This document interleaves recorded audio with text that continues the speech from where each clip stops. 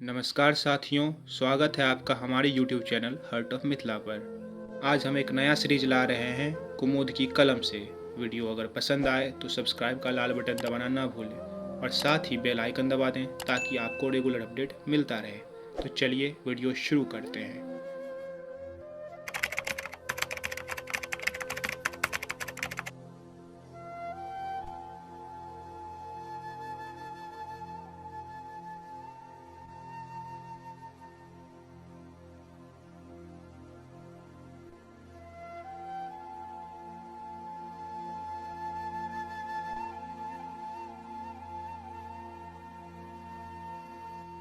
हम बात करने जा रहे हैं भारत के सबसे अमीर जमींदार के आखिरी महल की। हिंदुस्तान को इसने बहुत कुछ पहली बार दिखाया। जी हाँ, हम बात कर रहे हैं बिहार राज्य में दरभंगा जिले में स्थित नरगौना पैलेस की, जो एक समय में सपनों का महल हुआ करता था। यह भारत का पहला भूकंपरोधी महल है। डच वास्तुशैली में बने इस महल को प्रसिद्ध वास्तुकार सह अभियंता फेल्चर, हे और रीड ने सामूहिक रूप से किया था। महाराजा कामेश्वर सिंह ने इसका निर्माण 1934 में आए भूकंप के बाद छत्र निवास पैलेस की जगह बने पुराने नरगौना पैलेस की जगह कराया था। इस महल में एक भी ईंट का प्रयोग नहीं हुआ है। यह पूरा महल सीमेंट के मजबूत खंभों और दीवारों से बना है। यह भारत का पहला महल है जो पूर्णतः वातानुकूलित यानी एयर कंडीशनड था।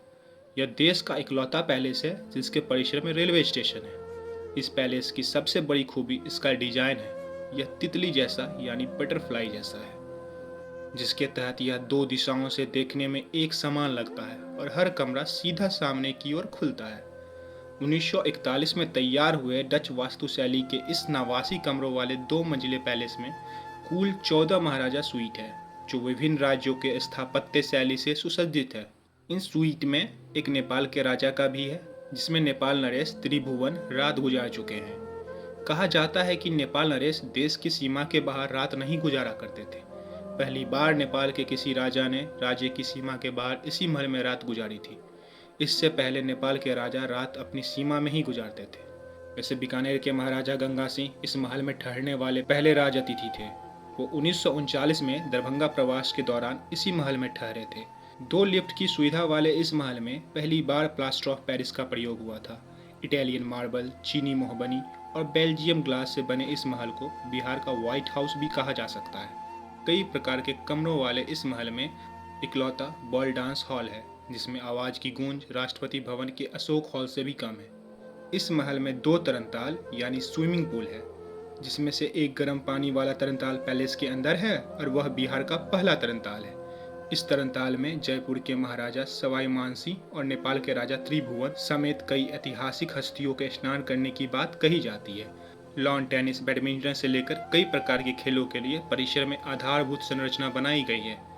इसके अलावा एक जैविक उद्यान भी था, जिसको दुनिया के प्रसिद्ध बागवान चार्ल्स मैरिज की देखरेख में छत्रविलास पैलेस के दौरान ही विकसित किया था। इसमें करीब 40,000 पेड़ लगे थे। चंदन समेत कई ऐसी प्रजातियां के पेड़ भी यहाँ लगाए गए, जो बिहार ही नहीं अपितु एशिया में केवल यहीं थे। इन पेड़ों को लगाने के लिए न केवल बाहर से पौधे मंगाए गए, बल्कि बाहर से माटी भी मंगाई गई। इस महल के पास एक और रिकॉर्ड है। वह यह है कि भारत के राष्ट्रपति राज्य के अतिथि होते हैं, लेकिन आज़ादी से लेकर अब तक केवल एक बार राष्ट्रपति किसी के निजी मेहमान बने हैं। वो राष्ट्रपति थे राजेंद्र प्रसाद। भारत के राष्ट्रपति को निजी तौर पर ठहराने का सौभाग्य भी केवल इसी पैलेस को मिला हुआ है। यह महल एक जमींदार ने जरूर बनाया था, लेकिन इसमें संविधान सभा के सदस्य, राज्यसभा में बिहार के प्रतिनिधि और बिहार के सबसे बड़े उद्योगपति डॉक्टर कामेश्वर सिंह रहते थे।